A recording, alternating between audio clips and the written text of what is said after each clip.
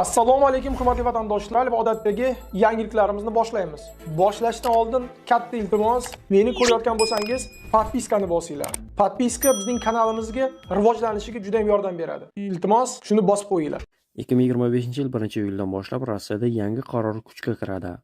Assalomu alaykum qadrli mehmon, videodan to'liq xabardor bo'lish uchun videoga like va podpiska tugmalarini bosib qo'ying. 2025-yil 1-iyuldan boshlab Rossiyada xorijiy fuqarolar uchun mobil telefon foydalanuvchilarining aniqlashning yangi qoidalari joriy etiladi.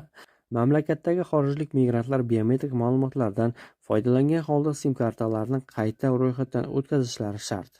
Aks holda ularning raqamlari bloklanadi. Ba'zi uyali aloqa operatorlari allaqachon blokirovka haqida bildirishnomalar yuborishni boshlagan. O'zgarishlar joriy yil boshidan kuchga kirgan. Aloqa to'g'risidagi federal qonunga kiritilgan o'zgarishlar bilan bog'liq. Bu tuzatishlarga ko'ra, faqat chet el fuqarolari sim kartalarni biometrik ma'lumotlardan foydalangan holda ro'yxatdan o'tkazishlari shart. Rossiya fuqarolari uchun esa qoidalar o'zgarishsiz qoladi.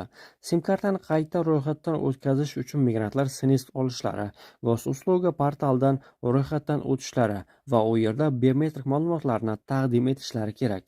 Rossiyada qonuniy istiqomat qiluvchi chet el fuqarolari uchun SNIS olish bepul.